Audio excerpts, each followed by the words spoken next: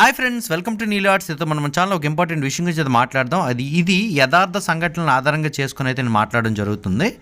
కాబట్టి ఏంటంటే చాలా జాగ్రత్తగా వినండి. చాలా చాలా చాలా ఇంపార్టెంట్ టిప్ అయితే ఒకటి చెప్తా. మనం జీపులో కానీ కారులో కానీ సైడ్ కూర్చున్నాం అనుకోండి. సైడ్ కూర్చుంటే మన జీప్ అనేది కానీ కార్ అనేది కానీ ఏ దిశలో వెళ్తుంది అంటే సవ్య దిశలో వెళ్తుంది. సో సవ్య దిశలో వెళ్తుండేటప్పుడు మనం ఎటువైపు కూర్చున్నాం, ఇటువైపు కూర్చున్నాం. సో మన బ్రెయిన్ ఎప్పుడు కూడా ఒక రకమైనటువంటి ప్రోగ్రామ్కి అలవాటు చేయబడింది, ఎక్కడైనా కూర్చుంటే స్ట్రైట్కి వెళ్ళాలని. సో కొంత దూరం వెళ్ళినంత వరకు అలా సైడ్ కూర్చొని వెళ్ళిపోతే మనకేం అవ్వదు. ఇంకా దూరం పెరిగే కొలది ఇన్నోవాలో సైడ్ కూర్చుంటారో వాళ్ళకైతే వామిటింగ్స్ అయిపోతాయి అన్నమాట.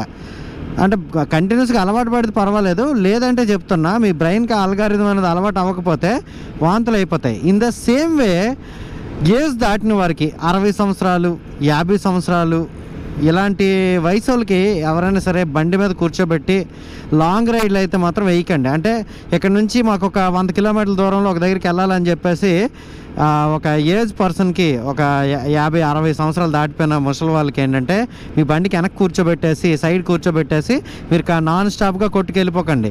ఒకవేళ వాళ్ళకి వెళ్ళాల్సి వస్తే మాత్రం పావు గంట 20 నిమిషాల పాటు 30-40 కిలోమీటర్లకు ఒకసారి ఖచ్చితంగా ఆపండి. ఎందుకంటే వాళ్ళు ఏంటంటే వాళ్ళ ఏజ్ దాటిపోయిన తర్వాత ఇంకా బ్రెయిన్ సెల్స్ అన్నీ కూడా కరెక్ట్గా పనిచేసేటువంటి పరిస్థితి కొంచెం తక్కువగా ఉంటుంది అనమాట.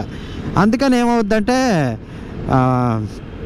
వాళ్ళు కళ్ళు తిరిగి పడిపోయేటటువంటి పరిస్థితి ఉంటుంది, లేదంటే వామిటింగ్స్ అయిపోయేటటువంటి పరిస్థితి ఉంటుంది. ఎప్పుడు కూడా ఫ్రంట్ కూర్చొని ఫ్రంట్కి వెళ్ళేటటువంటి ఆలోచనతోనే వాళ్ళ బ్రెయిన్ ఉంటుంది.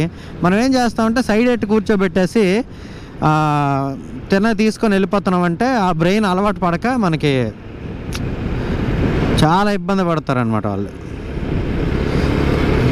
సో ఎందుకంటే నాకు తెలిసిన ఒకళ్ళ లైఫ్లో అది జరిగింది కాబట్టి నేను దీన్ని మీకు అవేర్ చేస్తాను అనమాట. సో ఇటువంటి అవేర్నెస్ని అయితే పొందండి దయచేసి. I kindly request you to please follow the instructions. మరి ఏ బండి అయినా సరే 30 కిలోమీటర్లు వెళ్ళిన తర్వాత ఆపడం ఏంటి, ఇలాంటి రూల్స్ కవర్లు అయితే మాత్రం చెప్పకండి. ఇలాంటి విషయాల్లోనే నేను అసలు విన్నాను, అలాంటి కామెంట్లను కూడా పక్కకు దోసేస్తాను అనమాట. ముసలాళ్ళని ఎవరైనా సరే కూర్చోబెట్టుకొని తీసుకొని వెళ్తే సైడ్ ఎట్టి కూర్చోబెట్టి తీసుకొని వెళ్తే మీరు మాత్రం చాలా కేర్ తీసుకోండి, ఓకేనా? సో ఈ చిన్న మనవి యాక్సెప్ట్ చేస్తారని చెప్పేసి అయితే నేను అనుకుంటున్నాను. సో ఈ వీడియోని అయితే ఇక్కడ ఎండ్ చేస్తున్నా. ఈ వీడియో మీకు నచ్చిందంటే లైక్ చేయండి, మీ ఫ్రెండ్స్తో షేర్ చేయండి. నీలో ఆర్ట్స్ ఛానల్ అయితే సబ్స్క్రైబ్ చేసుకోండి. అందరికీ నమస్కారం, థ్యాంక్ యూ.